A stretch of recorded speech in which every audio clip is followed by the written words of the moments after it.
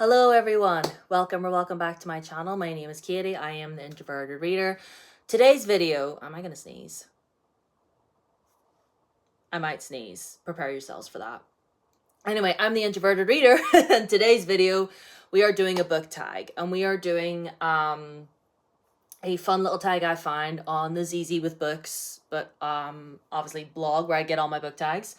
It's called the Spring Equinox Celebrations book tag. And given that it is officially spring, I figure, why not? You know, it's officially spring. I'm not usually a spring gal. I'm going to be honest with you. Because like I said, I'm literally about to sneeze. Like, allergy season's upon us, people. And it's not a fun time. But I want to try to enjoy it. I want to get into it. Like, yes, let's try and get into it. Okay, so obviously this is a tag basically listing all different celebrations around the world where they celebrate the coming of spring. So the first one, actually, you know what? Let's have a drink of water first. Took a bigger gulp than anticipated. So this is my reminder. If you have not drunk any water today, do so. My friend got me this for my birthday. Isn't that lovely? Anyway, put that down. So the first one is Holi or Holi. It's celebrated in India and Nepal, a festival of color celebrating the end of winter and the colorful season ahead. And the prompt for this one is the most colorful book on your bookshelves. Now, I have quite a few colorful books on my shelf, but one that I've recently bought is this one, Dance of Lies by Brittany Arena. Look at that. Look at that. Look at all the colors. But like the spine, the back, but it's these sprayed edges. It's these sprayed edges. It's these sprayed edges. Look how colorful, look how bright. Like, this is what got me, this is what got my attention in the bookshop. Like, I saw this and I was like, that looks like a stained glass window. That looks like it's giving fairy tale. It's giving Beauty and the Beast. Like, I love this. And like the birds and like the crowns, like look at all these gorgeous, it's gorgeous. It's a beautiful little book. I love it. So, but I do have some loads of other like colorful books on my shelves as well. But that was the first one I thought of. Okay. The next one is Nowruz, Nowruz, Nowruz. The Persian New Year, involving several days of celebrations and family gatherings. So a book including or about a big family gathering. I had to think a little about this one, but the one I chose was Girl, Goddess, Queen by B. Fitzgerald. Another lovely, colorful book. Granted, she's mainly pink, but the reason why I picked this one for this one is because there is a wedding at the beginning of this book. Well, people all gathering for a wedding because it's like a Greek mythology retelling of Hades and Persephone. And at the beginning of this book, our main character is getting ready to have her wedding, and all the Olympians have gathered round for the celebration. So that happens in the very beginning. Does the wedding happen or does it not? We don't know. You will have to read this book. You'll have to read this book. Like, I'm going to shove this in everybody's faces. You have to read this book. So I went for that one because there's like a big sort of quote unquote family wedding at the beginning of that. So let me see. Now, this one I had a little bit of trouble pronouncing. Teotihuacan. It's a Mexican holiday and it's a popular modern tradition to stand atop the pyramid on the spring equinox and soak up the sun's first rays of the morning. Wow. Has anybody ever actually done that? Anybody ever gone to Mexico and done that? Let me know. So anyway, the prompt for that is a book that you consider a modern classic. Now, I don't own a physical copy of these books anymore, but I'm going to say The Hunger Games. I'm going to say The Hunger Games because you know, if you were like me and you were a teenager in in like early to late 2000s, whenever we were, my generation, like we read Twilight, we were reading all the trashy YA, and then The Hunger Games came into our lives because, the movies and everything came out. and like the cultural reset that is the Hunger Games, and like obviously with the Ballad of Songbirds and Snakes that came out, and now Sunrise on the Reaping that recently came out. I've read both. Have I read both of them? I've read Sunrise on the Reaping, but I actually DNF'd Ballad of Songbirds and Snakes. But the movie's really good. Um, but anyway, I do fully see the Hunger Games as a modern classic. I really do. Now, obviously, dystopian's been a thing. You know, dystopian's not new. Like George Orwell, I see you. Like dystopian is not new. You know, it's not a new thing. But it was definitely an eye opener for like those of my generation. You know, that was like our first introduction to it. And I feel the Hunger Games should be studied in schools. Honestly, like scrap all the no offense to like Jane Austen or any of the other classic writers out there, but let's get something a bit more modern in the classroom. You know what I'm saying? Like, get the kids reading Hunger Games. Write an essay on the cultural significance of the Hunger Games. I will die on this hill. um.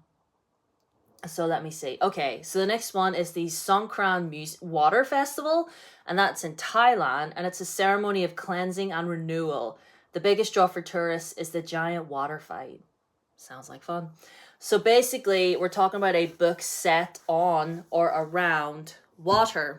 And I went for The House in the Cerulean Sea by T.J. Klune. Obviously, the word sea is on the cover. There's the ocean right there because obviously the house the house is by the sea.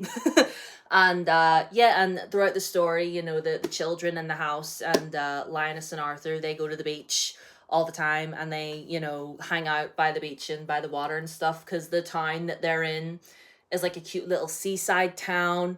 And yeah, it's very, very cute and very beautiful. I would love to reread this at some stage and erase the sequel from my mind. Anyway, so the next one, Hanami season in Japan, a yearly tradition around enjoying the transient beauty of cherry blossoms. Basically, cherry blossom season. It is cherry blossom season in Japan.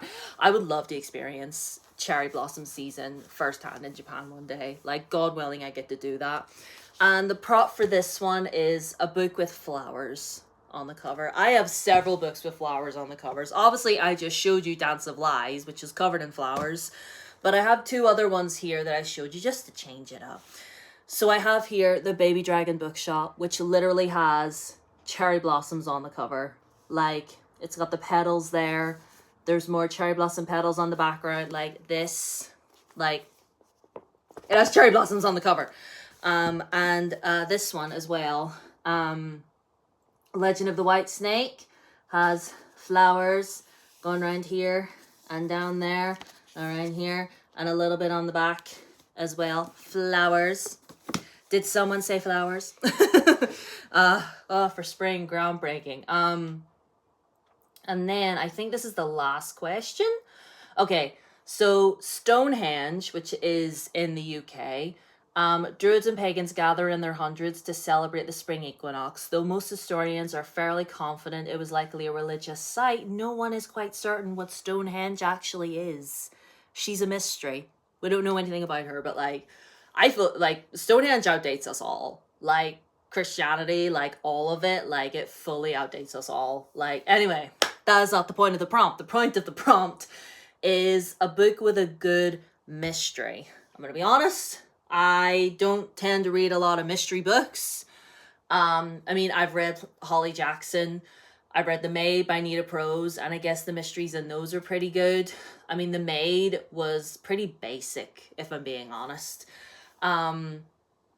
Holly Jackson, she leans more towards like thriller aspect, you know, like she likes to make you like, she likes to give you like jump scares and like someone's following you in the shadows.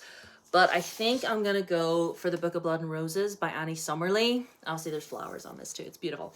And yeah, because it's basically about our main character who enrolls at this school, or sorry, this university. Well, university is a school, essentially, but potato.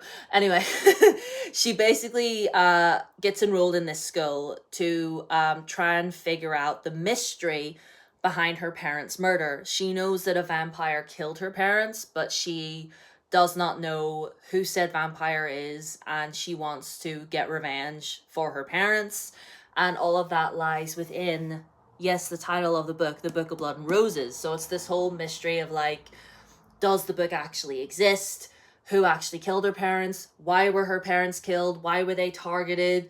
And it's like a whole bunch of other stuff that comes out as well, you know, surrounding herself and the university and just all that. And I read this fairly recently. I have a review for it on my channel. I think it was the February book club pick.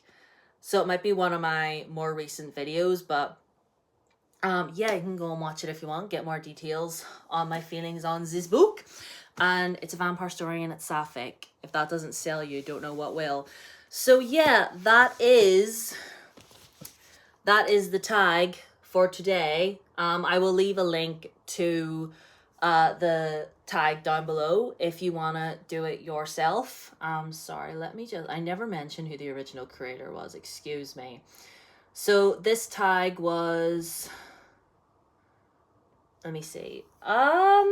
It's I think Laura, who runs Corner of Laura, I believe, is the creator of this. So deeply sorry to mention that at first, but yeah, Corner of Laura, thank you very much for creating this. Thank you to ZZ with Books for listing this tag on your blog so that I could do it. So yeah, I'll leave a link to the tag down below if y'all want to do it, along with all of my socials, my Blue Sky, Instagram and Threads, and my TikTok. Follow me on any of them if you want to. Subscribe to this channel if you haven't already. I'm hoping to get to 500 subscribers. That would be really, really fun. And yeah, I hope you're all doing well, enjoying the first day of spring, soaking up the sun. But if you're suffering with allergies like I probably will be in the next few weeks, we've got this. We have got this. But anyway, I love yous and leave yous. Bye.